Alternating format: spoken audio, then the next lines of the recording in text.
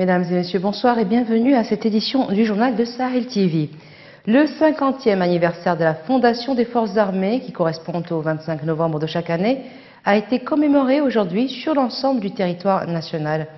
À Nouakchott, l'événement a été marqué par une cérémonie de levée de couleurs. Les détachements de la fanfare nationale et des troupes d'honneur ont ouvert la cérémonie, suivie par un long cortège militaire composé d'unités à pied, tous impeccables, comme nous le voyons dans leurs uniformes. La cérémonie s'est faite en présence du ministre de la Défense nationale, le général de division Mohamed Cheikh Mohamed Ahmed, du ministre de l'Intérieur Ahmed Ouel Abdallah et du général de division Mohamed Cheikh Mohamed Lemine, chef d'état-major général des armées.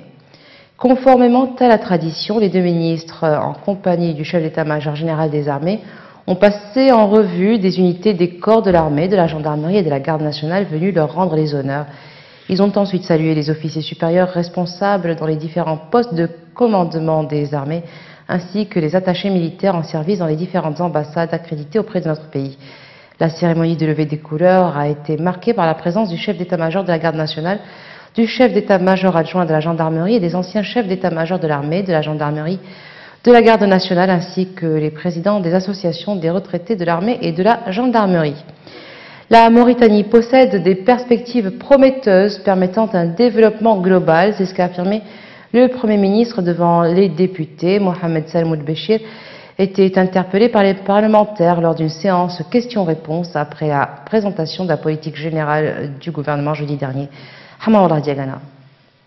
S'exprimant hier lors d'une plénière consacrée à l'examen du bilan d'action du gouvernement pour l'année écoulée et les grandes lignes de celle de l'année prochaine, le Premier ministre a été interpellé par les députés sur un ensemble de questions liées à la situation générale du pays.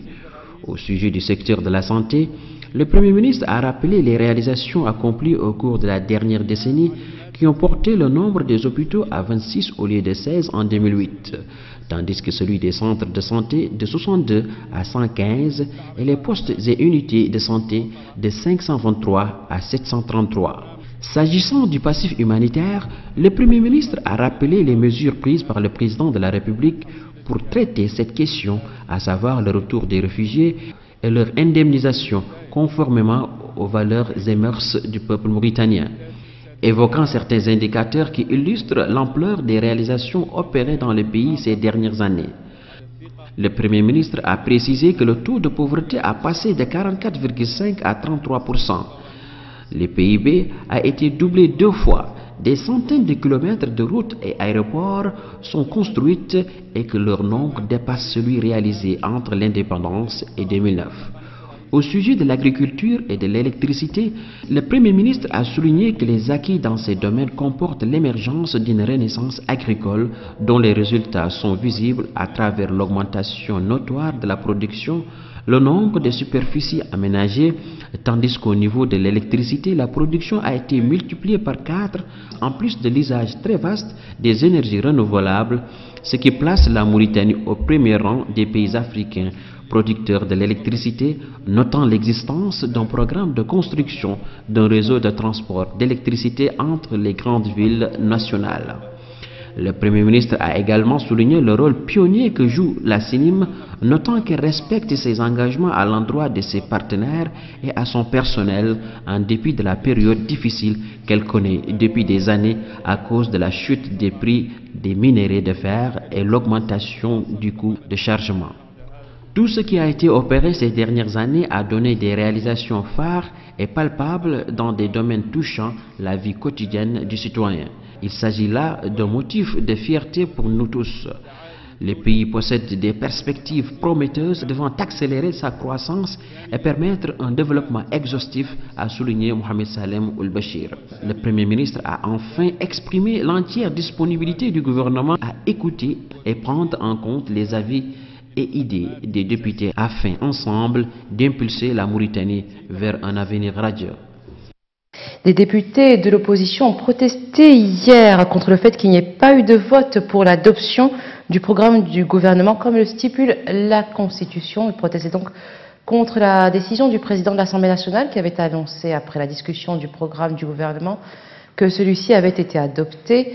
Les députés ont déclaré de l'opposition ont déclaré que le président de la Chambre, Cheikh Oulbaya, avait annoncé l'adoption du programme du gouvernement avant de le soumettre au vote. Pour ces députés, la décision du président de l'Assemblée nationale est surprenante et constitue une première, réaffirmant encore qu'il avait transgressé les textes régissant l'Assemblée nationale et qu'il devait revenir sur sa décision relative à l'adoption du programme du gouvernement. L'Assemblée nationale avait consacré hier une réunion à la discussion du programme du gouvernement présenté jeudi par le Premier ministre Mohamed Salom El-Béchir. Dans le cadre du renforcement de l'effectif des enseignants en Mauritanie, le ministère de l'Éducation nationale, en collaboration avec le ministère de la fonction publique, a organisé aujourd'hui un concours de recrutement pour des futurs instituteurs. Ce concours s'est déroulé dans 3 villes du pays, Nouakchott, Kaïdi, Akjoust et La'youn, en plus de la capitale. Un reportage de Hamaoula Diagana. Le concours pour entrer dans les écoles normales des instituteurs a été organisé ce dimanche à Nouakchott. Ce concours vise à recruter 500 futurs élèves instituteurs. Ces derniers feront une formation de 2 à 3 ans dans les différentes écoles normales des instituteurs du pays. Vous avez 3 filières. Vous avez la filière arabisante, vous avez la filière francisante et vous avez la filière bilingue. Bon, pour ce qui est de la filière arabisante, ils ont au total 4531 candidats. 4531 candidats. Pour la filière bilingue, ils ont 1097 candidats. Pour la filière francisante, ils ont 866 candidats. Comme je disais qu'il y a des zéniths de Nouakchott, il y a des zéniths d'Ayoun, il y a des zéniths de Kaïdi, il y a des zéniths d'Akjoust. Donc c'est ça, les écoles normales des instituteurs au niveau de la Mauritanie. Le concours est ouvert aux personnes de nationalité mauritanienne âgées de 18 à 36 ans, titulaires du baccalauréat de l'enseignement secondaire.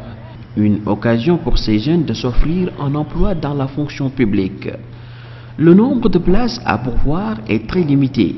500 seulement seront retenus sur un nombre de plus de 5000 candidats. Ça diminue un peu le nombre de jeunes en chômage, mais c'est minime. Parce que normalement, il faut prendre 500, 600 instituteurs. Donc, alors c'est infini, mais c'est pas beaucoup. J'ai vu ici des docteurs, j'ai vu ici des maîtrisards, des licenciés et des bacheliers. Donc ils sont tous candidats ici pour... ça leur manque le travail, ils veulent avoir une fonction. Certains candidats semblent bien apprécier le déroulement de l'examen qui a duré une journée. C'est bien encore, c'est bon, c'est tout bien, c'est bon, alhamdoulilah. Les sujets proposés pour les 3 filières étaient très abordables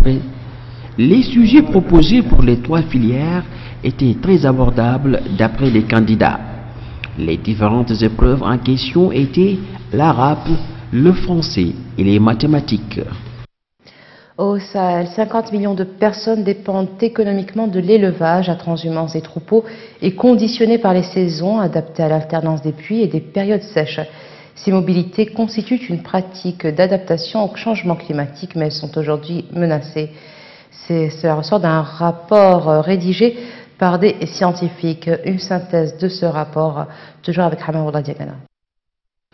Au Sahel, immense région africaine comprenant entre autres le Burkina Faso, le Mali, la Mauritanie, le Niger, le Sénégal, le Tchad et les 8 États du nord du Nigeria, l'élevage représente 40% du PIB agricole et 15% du PIB total.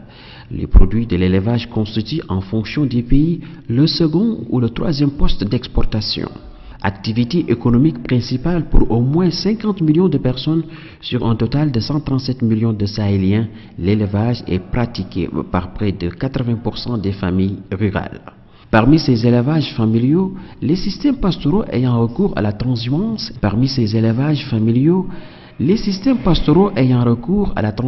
impliquant une très grande part du bétail. Qu'elle soit quotidienne ou saisonnière, cette mobilité vise à optimiser le choix de plantes fourragères broutées pour nourrir le plus efficacement les animaux. Adaptées à l'alternance des saisons de mousson, ces mobilités constituent une pratique d'adaptation au changement climatique. Elles sont aujourd'hui entravées par l'expansion des cultures et des infrastructures, la privatisation des terres et l'insécurité civile croissante qui risquent à terme de condamner l'élevage pastoral. Au cours de l'année, ce qu'on appelle l'offre fourragère, soit les plantes disponibles pour l'alimentation des animaux, varient en qualité et en quantité. La mobilité permet aux troupeaux de s'adapter à ces variations. Au Sahel, ces variations sont dépendantes du climat de mousson, marqué par l'alternance entre une brève saison de pluie et une longue saison sèche. Au cours de l'année, les pluies sont marquées par des quantités variables et une hétérogénéité spatiale. Dans un contexte de réchauffement climatique, les prédictions des modèles ne concordent pas sur les tendances de pluviosité annuelle. Elles s'accordent cependant sur une multiplication des événements extrêmes tels que les gros orages et les épisodes secs. En ajustant la quantité d'animaux aux plantes disponibles pour les nourrir, la mobilité du bétail réduit les risques de dégradation de la végétation et des sols associés à la pâture. Cet ajustement contribue à l'adaptation des troupeaux aux effets des dérèglements climatiques.